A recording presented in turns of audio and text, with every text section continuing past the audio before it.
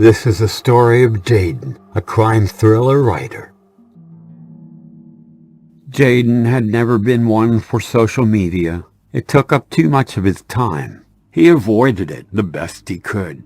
But one day, he got an email from a fan. It was normal enough, just asking to have a chat over messages plus a link to their social media. How sweet. They want to learn more about my work. He thought as he grabbed his phone and logged back into his long-neglected Facebook account over his profile.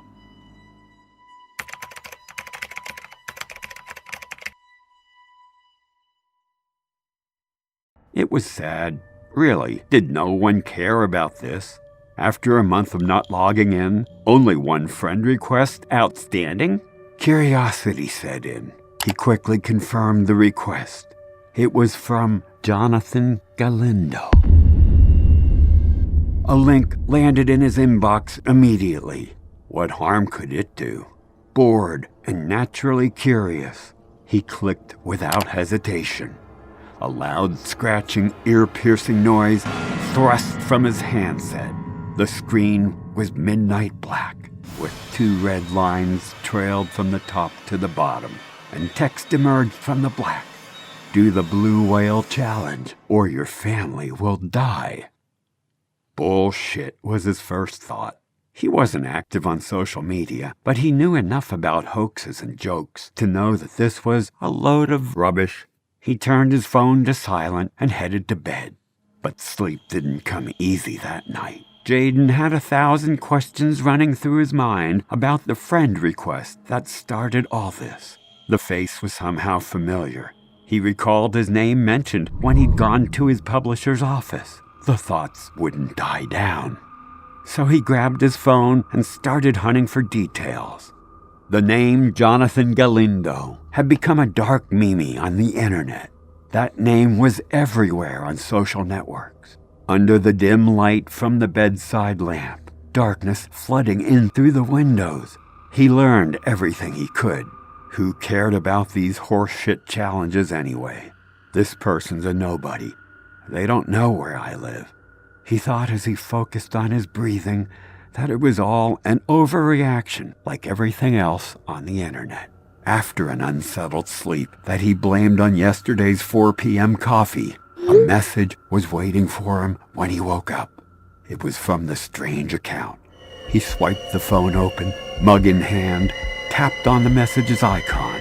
It took a moment to register, but it was his home address. It pinged again, saying, "I'm here."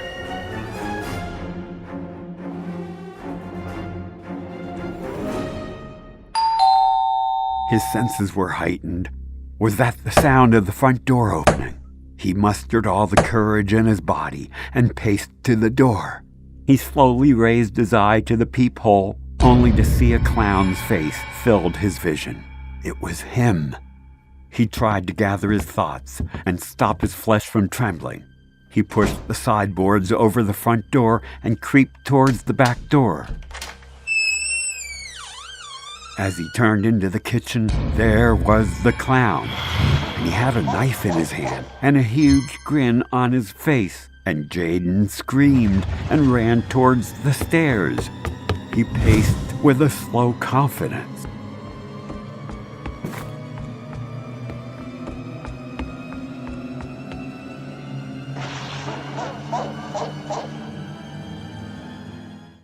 Knowing he'd catch his target, Jaden made it to his bedroom, panicked, heart pounding, lungs throbbing, and he crawled under the bed. He tried to control his breathing, calm down, and get into a tiny ball that the world could never find. He heard footsteps creaking on the floor outside, resonating through the house. The door opened with a creak, a little more, then more. It groaned with the slow movement.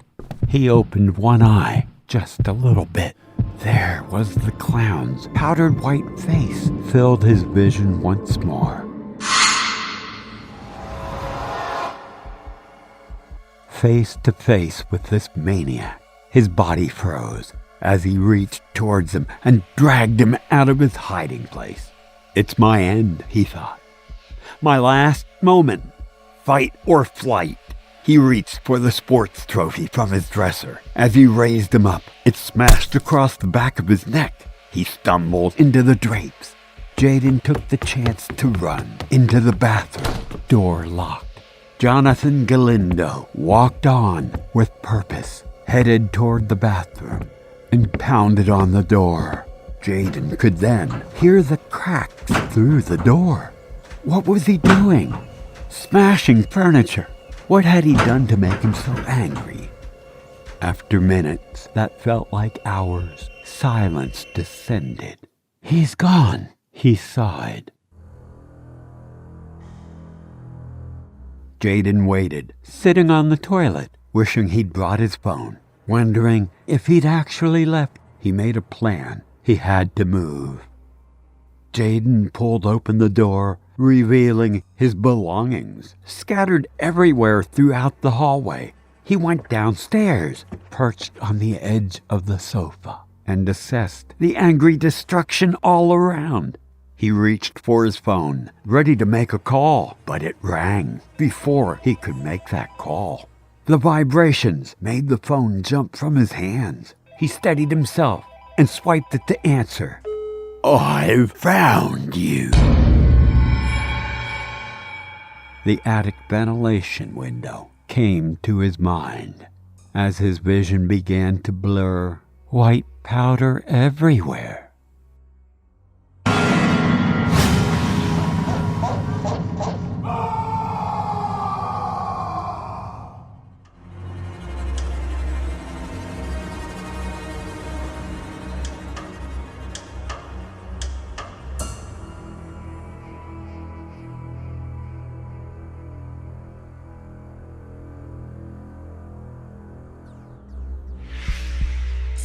Perhaps because he didn't find anything, he finally left.